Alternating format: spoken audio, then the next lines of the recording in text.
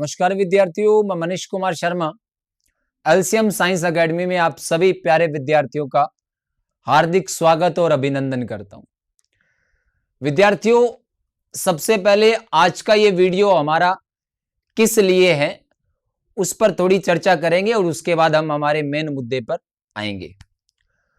हमारे भारत का कोई भी विद्यार्थी जो किसी भी राज्य में रह रहा हो, बीएससी नर्सिंग जिसकी चाहत हो, जिसको बीएससी नर्सिंग का एंट्रेंस एग्जाम 2024 में देना है, उन सभी विद्यार्थियों के लिए यह बायोलॉजी की प्रीवियस ईयर क्वेश्चंस की एक सीरीज है जिसका नाम है परवय सीरीज। परवय यानी कि स्टेम लगातार ग्रोथ ही करती है। यह सीरीज भी आपको उसी तरीके से ग्रोथ करवाएगी। ये आप 2 या 3 क्लासेस देखने के बाद अपने आप महसूस करोगे कि इन प्रीवियस ईयर क्वेश्चन से आप में इंप्रूवमेंट कितना हुआ है, आपकी तैयारी की जांच कितनी हुई है। तो जो भी विद्यार्थी एम्स के बीएससी नर्सिंग के लिए तैयारी कर रहे हैं, राजस्थान से बीएससी नर्सिंग के एंट्रेंस एग्जाम की तैयारी कर रहे हैं, यूपी से बीएससी नर्सिंग के एंट्रेंस एग्जाम की तैयारी कर रहे हैं, एमपी से बीएससी नर्सिंग के एंट्रेंस एग्जाम की तैयारी कर रहे हैं, बिहार से बीएससी नर्सिंग के एंट्रेंस एग्जाम की तैयारी कर रहे हैं, मध्य प्रदेश से बीएससी नर्सिंग के एंट्रेंस एग्जाम की तैयारी कर रहे हैं, उत्तराखंड से बीएससी नर्सिंग के एंट्रेंस एग्जाम की तैयारी कर रहे हैं, हरियाणा से बीएससी नर्सिंग के एंट्रेंस एग्जाम की तैयारी कर रहे हैं, या किसी भी राज्य से बीएससी नर्सिंग एंट्रेंस एग्जाम 2024 की तैयारी कर रहे हैं, उन सभी के लिए यह बायोलॉजी की सीरीज है एक। तो आप सारे विद्यार्थी इस सीरीज में जो भी आपको क्वेश्चन करवाए जाएंगे, मैं ये नहीं कहता कि हूबहू यही क्वेश्चन आएंगे, नहीं जी, नहीं आएंगे। हां, हम जब एक क्वेश्चन करवाएंगे तो उसमें 15 नई बातें बताएंगे साथ में। उन 15 बातों को आपको मनन करना है, उन 15 बातों को आपको ध्यान से समझना है, उन 15 बातों से आपको क्वेश्चन है वो मिल सकता है। तो आप सारे विद्यार्थी इस कक्षा से अधिक जुड़िए। अब ये लगातार रहने वाली है आपकी। जितने भी प्रीवियस ईयर के क्वेश्चंस है वो हम 1 मार्च से पहले करवाएंगे और उसके बाद में आप सभी को, जैसे हमने कहा था पहले भी, किसी भी राज्य से जो बीएससी नर्सिंग के एंट्रेंस एग्जाम की तैयारी करना चाह रहा है, कर रहा है, उन सभी के लिए हम चैप्टर वाइज लाइव क्लास लेके आएंगे, जो कि हम 1 मार्च से लेकर आएंगे। तब तक आप प्रीवियस ईयर क्वेश्चंस को देखो, आपको पता चलेगा कि क्वेश्चंस कैसे आते हैं। जरूरी नहीं है कि वो क्वेश्चन आए, लेकिन हाँ, उससे संबंधित जो बातें आपको बताई जा रही है उनसे तो क्वेश्चन आ सकते हैं।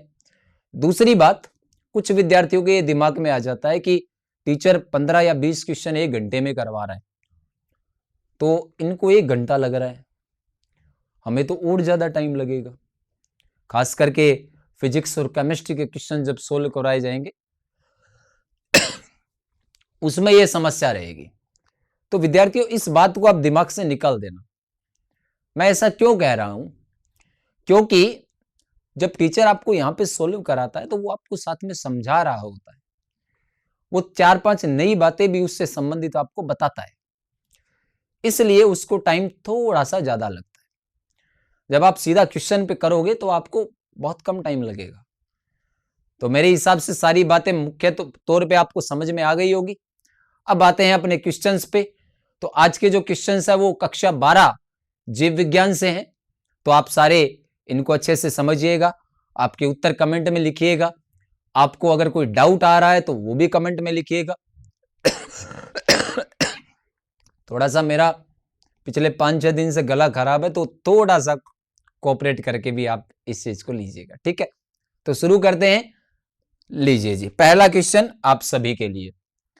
एक परागकण जब 3 कोशिकीय अवस्था में मुक्त होता है, परागकण आप सारे जानते हो, तो उसमें 3 कोशिकाएं पाई जाती है।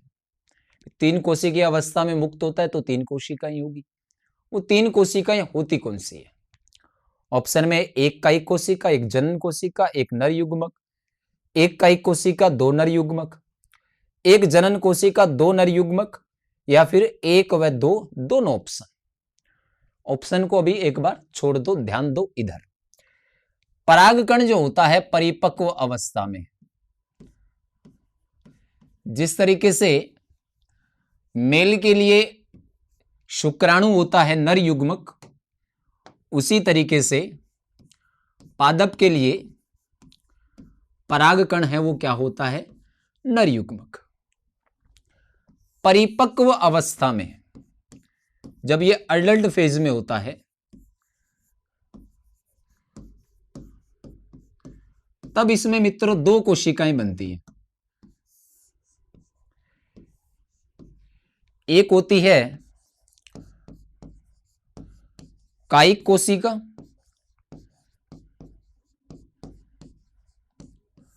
और दूसरी होती है जनन कोशिका परिपक्व अवस्था में। और ये जनन कोशिका समसूत्री विभाजन के द्वारा 2 नर युग्मक बनाती है। ये इतनी प्रोसेस आपको पता होनी चाहिए। ये जो कोशिका होती है वो आकार में बड़ी होती है, ये जो कोशिका है वो आकार में क्या होती है? छोटी। कई बार क्वेश्चन आ जाता है परागकण के कायिक व जनन कोशिका के लिए कौन सा विकल्प सही है? छोटी बड़ी में पूछ लेता है। दोनों समान आकार की होती है, जनन बड़ी होती है, कायिक छोटी होती है, जनन बहुत बड़ी होती है, कायिक छोटी होती है, या बहुत छोटी होती है, कायिक कोशिका बड़ी होती है, जनन कोशिका छोटी होती है। इस तरीके के क्वेश्चन पूछ सकता है। तो ये प्रोसेस रहता है, ठीक है, कि परिपक्व अवस्था में 2 कोशिकाएं कायिक और जनन, कायिक बड़ी होती है, जनन छोटी होती है। जनन कोशिका समसूत्री विभाजन के द्वारा बाद में क्या बनाती है? 2 नर युग्मक। 60% आवर्त बीजी जो होते हैं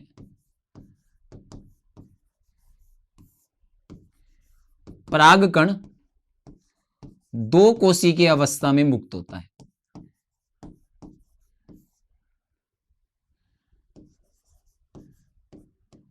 कितने प्रतिशत में? 60% में। एनसीईआरटी ने बड़े बड़े शब्दों में लिखा हुआ है। और 40% आवर्त बीजी में परागकण कितनी कोशिकीय अवस्था में? 3 कोशिकीय अवस्था में मुक्त होता है। 2 कोशिकीय का मतलब कायिक और जनन, और 3 कोशिकीय अवस्था का मतलब 1 कायिक और 2 नर युग्मक। क्लियर है बात? ये तो पहले अपने बात की कि कैसे बनता है, फिर कितनों में ये 2 ही बनती है और कितनों में ये 3 में मुक्त होता है। बनता सभी में है कि 60% में 2 कोशिकीय अवस्था में मुक्त होगा, जो बाद में समसूत्री विभाजन के द्वारा जनन कोशिका 2 नर युग्मक बनाएगी, ठीक है। लेकिन 40% में शुरुआत में कितने कोशिकीय अवस्था में मुक्त होता है? 3 कोशिकीय अवस्था में। यह डाटा याद रखना मित्रों, अति महत्वपूर्ण है।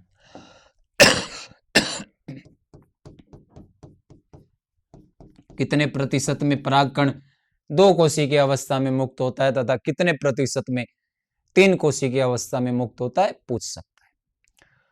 याद रखोगे तो इस क्वेश्चन का उत्तर अब बताने की जरूरत है क्या? अपने आप कर सकते हो। कौन सा ऑप्शन? Second option. बढ़े आगे, लीजिए जी दूसरा। अब एक छोटी सी बात मैं आपको और बता देता हूं। यहां पे जो भी वर्क किया जाएगा आप स्क्रीनशॉट मत लीजिएगा। आपको इसकी पीडीएफ जिस दिन क्लास होगी उसकी उसी दिन रात्रि में हमारे टेलीग्राम चैनल पे अपलोड कर दी जाएगी। तो आप हमारे टेलीग्राम चैनल को ज्वाइन कर सकते हो अगर आपको इसकी पीडीएफ चाहिए तो। क्लियर है बात? बढ़े आगे, दूसरा क्वेश्चन जी। परागकण के बाह्य चोल में उपस्थित सबसे अधिक प्रतिरोधी जैविक पदार्थ है। एनसीईआरटी ने परागकण के लिए बहुत अच्छा लिखा है। आते हैं परागकण पे। परागकण दो परतें होती है, एक होती है अंतःचोल, अपने इसको इनर मेम्ब्रेन कह सकते हैं, और एक होती है बाह्य चोल, और एक इसमें आप मेरी तरफ से याद रख लेना, जनन छिद्र। ये तीसरी चीज होती है। तीनों पे बात करते हैं। अंतःचोल है, ये बनी होती है मित्रों पैक्टिन प्लस में सेल्यूलोज की। अब आपसे पूछ ले कि परागकण की अंतःचोल किसकी बनी होती है, तो उत्तर क्या रहेगा? पैक्टिन और सेल्यूलोज। बाह्य चोल है, वो बनी होती है स्पोरोपोलेनिन की। जनन छिद्र पे बाद में आता हूं। अब आपको इसका उत्तर तो पता चल गया होगा, लेकिन यहां पे क्वेश्चन एक और बन सकता है स्पोरोपोलेनिन पे। देखिएगा जी, स्पोरोपोलेनिन जो है, इसकी विशेषता, परागकण जो जीवाश्म की भांति संरक्षित रहते हैं, किसके कारण रहते हैं? स्पोरोपोलेनिन के कारण।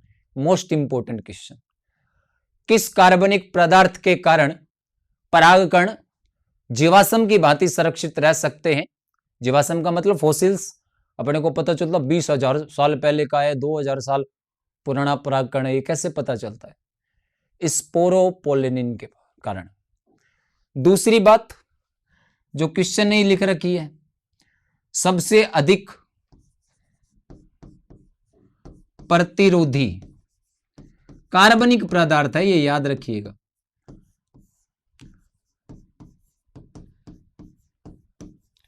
दूसरा, उच्च ताप प्रबल अम्ल व प्रबल क्षार से अपघटित नहीं होता। और एक बात, आज तक ऐसे किसी भी एंजाइम की खोज नहीं हुई है जो इसको अपघटित कर सके, जो क्या कर सके? अपघटित। तो कई बार क्वेश्चन आ जाता है कि स्पोरोपोलेनिन के लिए कौन सा स्टेटमेंट सही है या गलत है। तो इन चार बातों को आप अच्छे से मनन कर लीजिएगा, आपसे पूछ सकते हैं। उसके बाद में लास्ट बात, जनन छिद्र।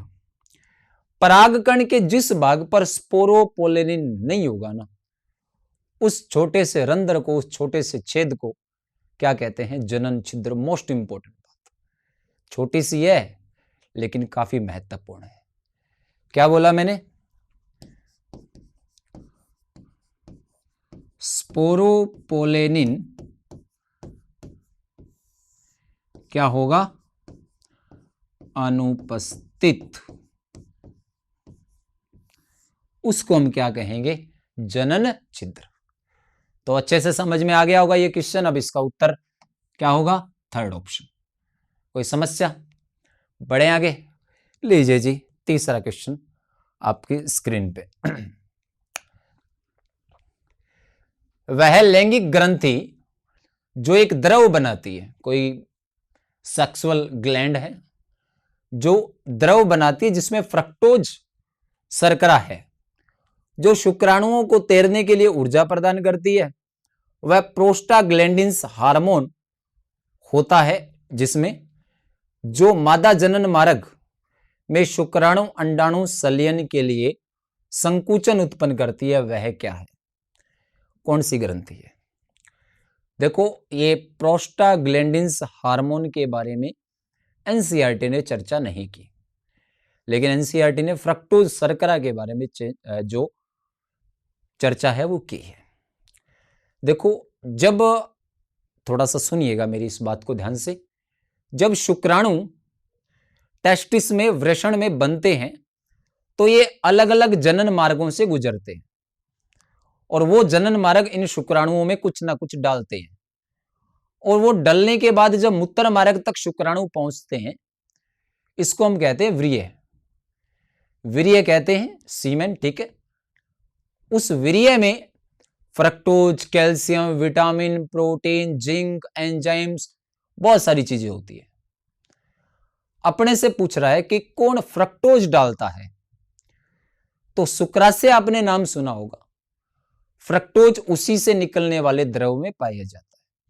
देखो थोड़ा सा बता देता हूं, आपने पढ़ा है जनन तंत्र। वृषण से शुक्राणु जाते हैं अधिवृषण में, अधिवृषण से शुक्र वाहिका के माध्यम से शुक्राशय में, शुक्राशय से प्रोस्टेट ग्रंथि, वल्वोयूरेथ्रल ग्रंथि से होते हुए कहां पर आते हैं, मूत्र मार्ग में। क्लियर है। अब एक तो आपसे शुक्राशय की लोकेशन पूछ सकता है, कोई भी जनन अंग है ना, उसकी लोकेशन याद रखना आप, ठीक है। मूत्राशय के नीचे व शुक्र वाहिका के किनारे पर।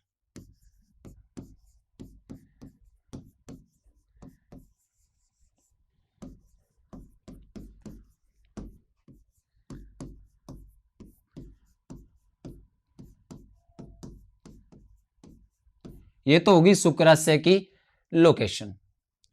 अब शुक्राशय जो द्रव छोड़ता है उसकी प्रकृति होती है क्षारीय। लिख देता हूं यहां पे, ये किसकी बात चल रही है, शुक्राशय की। कैसा तरल छोड़ता है, क्षारीय तरल स्त्रावित होता है। और कई बार पूछ लेता है कि शुक्राशय से निकलने वाले तरल की पीएच कितनी होती है, तो 7.4 याद रखोगे। तीसरी बात, ये जो तरल निकलता है ये हमारे वीर्य का सबसे अधिक भाग, लगभग 65 to 75% निर्मित करता है। आपसे पूछेगा मानव प्रजनन तंत्र का कौन सा भाग वीर्य का सबसे अधिक भाग बनाता है, तो कौन बनाता है, शुक्राशय। शुक्राशय से निकलने वाला तरल वीर्य का सबसे अधिक भाग बनाता है, 65 से 75%। जो तरल निकलता है उसकी प्रकृति पूछ ले तो क्षारीय, पीएच पूछे तो 7.4। यह आपसे पूछ सकता है मानव प्रजनन तंत्र की वह संरचना जो मूत्राशय के नीचे और शुक्र वाहिका के किनारे पर स्थित होती है, क्या कहलाती है, शुक्राशय। और इस तरल में होता क्या है, तो मुख्य तौर पे एक तो याद रखना है फ्रक्टोज, कैल्शियम, प्रोटीन और विटामिन। ये चार चीजें इसमें पाई जाती, ज्यादातर कैल्शियम और फ्रक्टोज पूछता है। तो समझ में आया। जितनी भी संरचनाएं है ना, नर जनन और मादा प्रजनन की, इन सभी की लोकेशन, काम, मैं आपको एक अलग वीडियो बनाऊंगा इसके लिए, क्योंकि बहुत ही इंपॉर्टेंट चीज है ये। तो इसका उत्तर तो मैं क्या बताऊं, अब आपको पता चल गया होगा, क्या होगा, शुक्राशय। बढ़े आगे। ये थोड़ा सा क्या है कि 3 नंबर 2 नंबर ऊपर नीचे हो गया, ऑप्शन आप समझ जाना, ठीक है, टाइपिंग एरर हो जाता है। अगला, वह हार्मोन जिसके ऋतुस्रावण में कोई भूमिका नहीं होती। ऋतुस्रावण का मतलब मेस्ट्रस साइकिल। अब आपके दिमाग में कुछ विद्यार्थियों की आ रहा है कि सर ये एंडोक्राइन सिस्टम तो 11वीं क्लास में, तो हार्मोन यहां पे कैसे काम आए। तो हमारा जो मेस्ट्रस साइकिल है उसमें हार्मोन की भूमिका लिखी हुई है, इसलिए ये क्वेश्चन यहां पे डाला गया है। देखो जी, इसको करते हैं अच्छे से। आपकी मास्टर ग्रंथि सभी को पता होगा, 2 पार्ट होते हैं, adeno hypophysis, neuro hypophysis. Adeno hypophysis के 2 भाग, अग्र पीयूष और मध्य पीयूष। अग्र पीयूष से 6 हार्मोन निकलते हैं, जिसमें दो हार्मोन होते हैं, ल्यूटिनाइजिंग और पुट्टी का प्रेरक हार्मोन, फॉलिकल स्टिमुलेटिंग हार्मोन। ये दो हार्मोन कहाँ से निकलते हैं? अग्र पीयूष ग्रंथि से। ये यहाँ पे मैंने अग्र पीयूष क्यों लिखा है? क्योंकि कई बार क्वेश्चन ये मिलता है कि मासिक चक्कर पर नियंत्रित रखने वाले हार्मोन स्त्रावित कहां से होते हैं?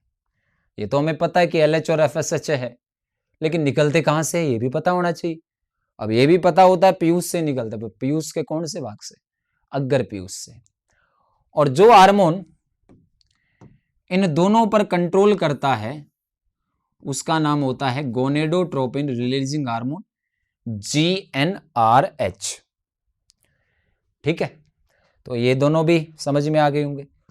अब ये जो ल्यूटिनाइजिंग हार्मोन है, ये मासिक चक्कर के दौरान अंडोत्सर्ग की प्रक्रिया करवाता है। तो ये मासिक चक्कर में इंपॉर्टेंट है या नहीं है? है जी। ये पुट्टी का प्रेरक हार्मोन अंडाणु को पोषण प्रदान करता है, न्यूट्रिशन वगैरह।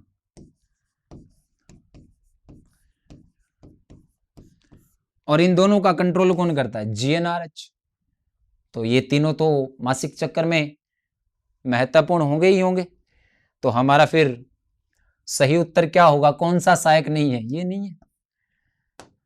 TSH, thyroid stimulating hormone, thyroid प्रेरक हार्मोन, थायराइड ग्रंथि पे कंट्रोल करता है। तो समझ में आ गए होंगे। एक मेरी तरफ से ऐड और कर लेना।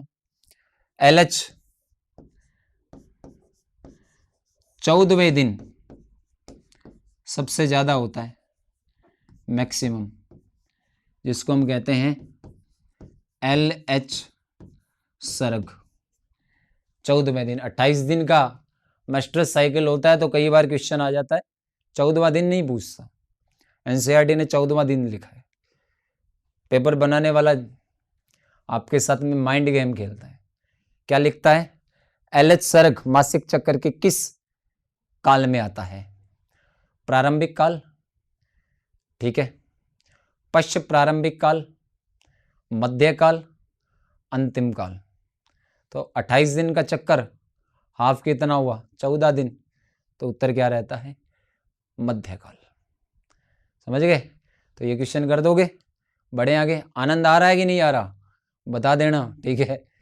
लो जी, 5वां क्वेश्चन। थोड़ा सा टाइम जरूर ले रहे हैं, लेकिन अपने बातें अलग और भी करेंगे, ठीक है। सीधा मैं उत्तर बता दें, ये नहीं करता, ये नहीं करता, ये बात खत्म। लो जी, फिर न तो मुझे आनंद आता, न देखने वाले को आनंद आता। आई बात समझ में? इसलिए ऐसा नहीं कर रहे हैं। अगला, मुख्य गर्भ निरोधक। अब ये जनन स्वास्थ्य से क्वेश्चन है। देखो, जनन स्वास्थ्य से जो क्वेश्चन है वो या तो 3 चीजों से पूछेगा, गर्भ निरोधक से, या MTP चिकित्सकीय सहगर्भता समापन, मेडिकल टर्मिनेशन ऑफ प्रेगनेंसी, या फिर अंतिम में जो लिखा है अपने पात्र निषेचन, 4-5 विधियां हैं टेस्ट ट्यूब बेबी की। इन 3 टॉपिक से ही क्वेश्चन आता है जनन स्वास्थ्य से, कंफर्म आएगा, आएगा ही आएगा। गर्भ निरोधक कि अपने को जी बच्चा पैदा नहीं करना, लेकिन सेक्सुअल चीजें या सेक्सुअल एक्टिविटी है वो करनी है। तो इस बच्चा पैदा या गर्भ निरोधक के लिए वैसे 5 तरीके हैं। एक है प्राकृतिक विधियां, दूसरा रोध या बैरियर जिसमें कंडोम, निरोध ये सब आते हैं, तीसरा अंतः गर्भाशय युक्ति, कोपर्टी वगैरह, चौथा है कि शल्य चिकित्सा, पुरुष नसबंदी महिला नसबंदी करवाते हो, और 5वां है रासायनिक कारक। रासायनिक कारक में आती है गोलियां या इंजेक्शन। अब मुख्य गर्भ निरोधक मतलब जो मुख से खाई जाए और गर्भ निरोधक के लिए जरूरी हो। तो वर्तमान में भारत में 2 ही गोलियां चल रही है। एक है मालाडी और एक है सहेली।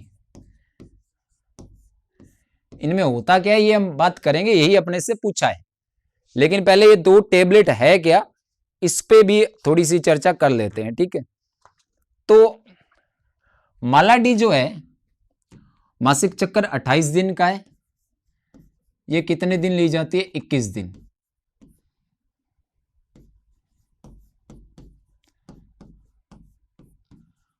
ठीक है, 7 दिन नहीं लेते। सहेली है वो वीक में एक बार लेते हैं।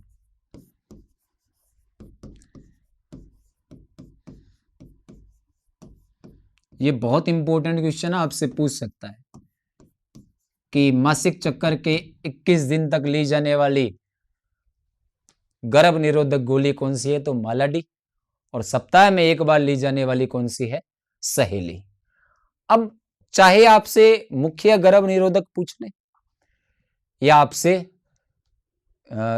इंजेक्शन पूछ ले जो गर्भ निरोधक को रोकेगा, दो ही चीजें होगी उसमें। या तो उसमें होगा अकेला प्रोजेस्ट्रोन,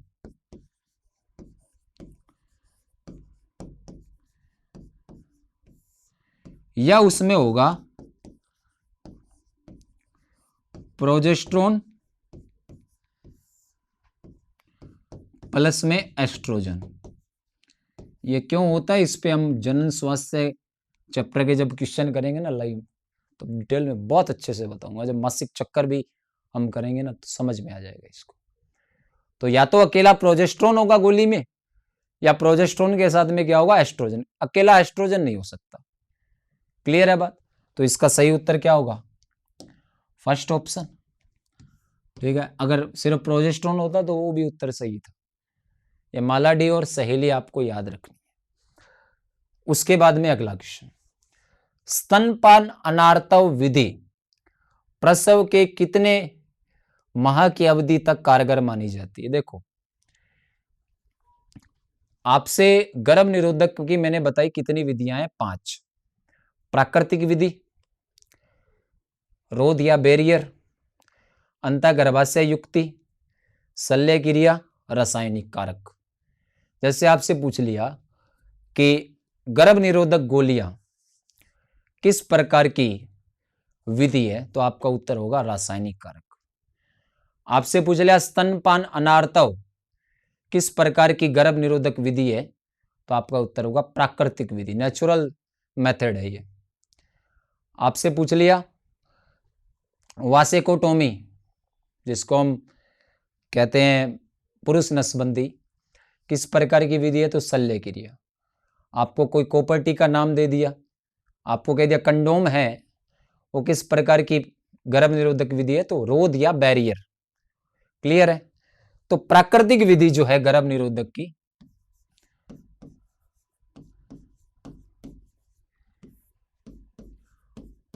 उसमें 3 मेथड हैं।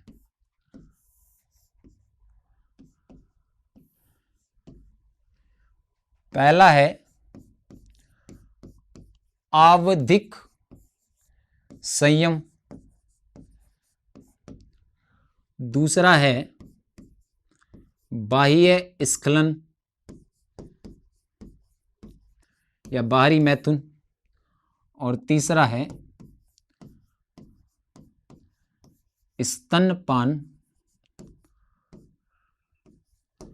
अनार्तव। सुनिएगा जी, क्या है ये तीनों। आवधिक संयम में क्या होता है कि अपने को मासिक चक्कर के 10वें से 17वें दिन के बीच में सेक्सुअल एक्टिविटी नहीं करनी है, तो अपने गर्भ निरोधक बच्चा पैदा करने से या निषेचन से बच सकते हैं। बाह्य संकलन क्या होता है कि मैथुन के दौरान जब वीर्य निकलने वाला होता है तो उस समय मादा की वेजाइना से पेनिस को बाहर निकाल लिया जाता है। इसको क्या कहते हैं? बाह्य संकलन। स्तनपान अनार्तव क्या होता है कि महिला है वो बच्चे को पूर्ण रूप से दूध ही पिलाती है केवल, तो उससे बच्चा पैदा या जो निषेचन है वो नहीं होता। और आपसे पूछा है कि ये विधि कितने समय तक कारगर है, तो ज्यादा से ज्यादा 6 माह तक ही है। अब ये मैंने इतना इसलिए बताया क्योंकि आपसे पूछ लिया कि स्तनपान अनार्तव जो है वो गर्भ निरोधक की किस प्रकार की विधि है, तो किस प्रकार की है? प्राकृतिक विधि। आपसे पूछ लिया आवधिक संयम में कितने से कितने दिन के बीच में जो मैथुन है वो नहीं करना चाहिए, तो आपका उत्तर रहेगा कब से कब तक? 10 से 17वें दिन तक। बढ़े अगले क्वेश्चन पे। लो जी, धान के खेतों में, चावल के खेत होते हैं, वहां पे साइनोबैक्टीरिया नाइट्रोजन स्थिरीकरण के लिए उसकी जड़ों से चिपक जाते हैं। साइनोबैक्टीरिया, नील हरित शैवाल। तो आपसे पूछा है कि इसमें कौन सा होता है।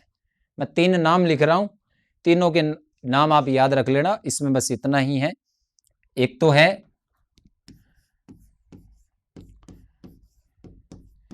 एनाबीना, दूसरा है नॉन स्टॉक,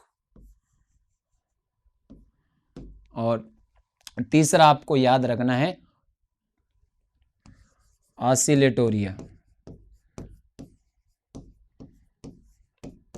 या फिर इसमें घुमा के क्वेश्चन पूछ लेता है कि धान के पौधों के साथ जुड़ने वाला जो सजीव है वो कौन होता है, तो cyanobacteria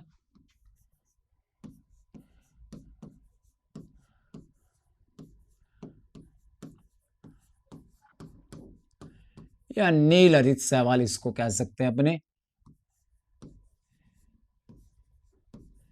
BGA, blue green algae. तो इसका सही उत्तर क्या होगा, एनाबीना। बढ़े आगे। लो जी, अगला क्वेश्चन सुमेलित करना है अपने को, या मानव कल्याण में सूक्ष्म जीव जो चैप्टर है उसमें से क्वेश्चन है। तो देखो, इसमें ज्यादा बात बताने की जरूरत है नहीं, क्योंकि सीधा ये रटने वाला चैप्टर है। डोसा, फूली हुई जो उभरी हुई शकल है वो किस वजह से होती है। एकल कोशिका प्रोटीन जो अधिक मात्रा में प्रोडक्ट उत्पन्न करती है। दूध से दही बनाने में कौन से जीवाणु का उपयोग किया जाता है। स्विस चीज जो होती है उसमें बड़े बड़े छेद होते हैं, वो किस वजह से होते हैं। तो सबसे पहले लैक्टोबैसिलस, ये दूध से क्या बनाता है, दही बनाता है। Saccharomyces cerevisiae, idli dosa bread, इन सभी में यही आता है काम। स्विस चीज में प्रोपियोनी बैक्टीरियम सेरमनाई, ये आता है काम। और सिप्रुलाइना है, वो एक सिंगल सेल प्रोटीन है। तो आप देख लीजिए कौन सा उत्तर सही रहेगा। ठीक है, और इस क्वेश्चन को मेरी तरफ से इंपोर्टेंट कर लेना। ठीक है, तो 3, 1, 4, 2 सेकेंड ऑप्शन है वो आपका सही रहेगा। इसमें ज्यादा बताने वाली बात नहीं, इसमें इसलिए एक्सप्लेन नहीं कर रहा। अगला, ये भी इंपॉर्टेंट है, कौन सा अमल किस जीव से बनेगा। तो एस्परजिलस नाइगर से सिट्रिक अम्ल बनता है। ठीक है, इसमें डायरेक्ट ही बात याद रखनी, इसलिए इसको एक्सप्लेन नहीं कर रहा मैं इतना। एसिडोबैक्टीरियम एसिटोबैक्टर एसिटाइज से एसिटिक अम्ल बनता है।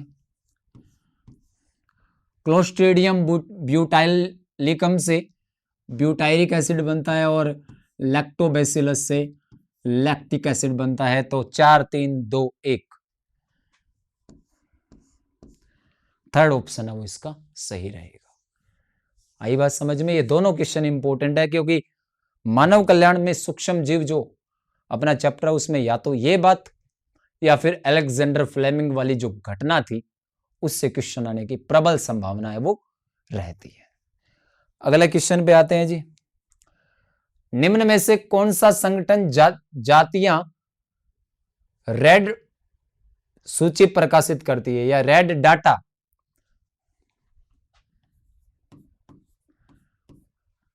डाटा बुक प्रकाशित। आप सभी को पता होगा जैव विविधता में रेड डाटा बुक नाम आया होगा आपके सामने। तो रेड डाटा बुक कई बार तो यह आ जाता है कि रेड डाटा बुक किससे संबंधित है। तो संकटग्रस्त और विलुप्ति के कगार पे जो जातियां हैं उनको सूचीबद्ध किया जाता है, मतलब उनको एक जगह पे लिखा जाता है, उसको हम क्या कहते हैं, रेड डाटा बुक। और या फिर ये क्वेश्चन आता है इसमें से कि रेड डाटा बुक प्रकाशित किसके द्वारा होती है। तो international union for conservation of nature and natural resources, प्रकृति व प्राकृतिक संसाधनों का संरक्षण करने वाली अंतरराष्ट्रीय संस्थान, जिसको शॉर्ट फॉर्म में कहते हैं IUCN, इसका फुल फॉर्म आप याद रख लेना मित्रों। IUCN का full form international union for conservation of nature and natural resources. तो आज की क्लास में 10 से क्वेश्चन करेंगे, तकरीबन 30 से 35 मिनट की हो गई है। वापस अगली क्लास में 12वीं क्लास के ही क्वेश्चन लेके आएंगे। आज एक तरीके से ये मान लीजिए कि ये ट्रेलर था, पिक्चर अभी बाकी है मेरे दोस्त। तो आसान्वित हूं कि आपको अच्छे से क्वेश्चन समझ में आए होंगे और अच्छा करेंगे। आपका भी अगर कोई सुझाव है कि सर इस तरीके से हमें बताएं, तो आप कमेंट में लिख सकते हैं। आपका कोई डाउट भी है ना, तो आप वो डाउट भी लिख सकते हो। अगर आपको लगता है कि इस वीडियो को आगे हमें शेयर भी करना चाहिए, तो इसको आप साझा भी कर सकते हो। और जो विद्यार्थी केवल हमारी वीडियो देखते हैं ना, वो चैनल को सब्सक्राइब भी कर लीजिए, क्योंकि विद्यार्थियों वही हमारा मोटिवेशन है। आई बात समझ में? आपका जितना प्यार हमें मिलेगा, हमें उतना ही ज्यादा जोश आएगा। यहाँ बच्चे हमें पसंद कर रहे हैं, अब अपने रुकते नहीं है, बिना रुके बिना थके काम करते हैं। तो और अच्छे क्वेश्चन लेके आएंगे आपके लिए। आप ये भी लिख सकते हो कि क्वेश्चनों का लेवल बढ़ाना है या एवरेज रखना है। ठीक है, हम वही क्वेश्चन लेकर आएंगे जो आपके लिए उपयोगी हो, कचरा नहीं लेके आएंगे। मैं ये नहीं पढ़ाऊंगा कोशिका का शक्तिग्रह किसको कहते हैं। ठीक है, तो मिलते हैं अगली क्लास में। आप सभी का जुड़े रहने के लिए बहुत बहुत धन्यवाद। पढ़ते रहिए, मस्त रहिए। जय हिंद, जय भारत, जय मां भारती।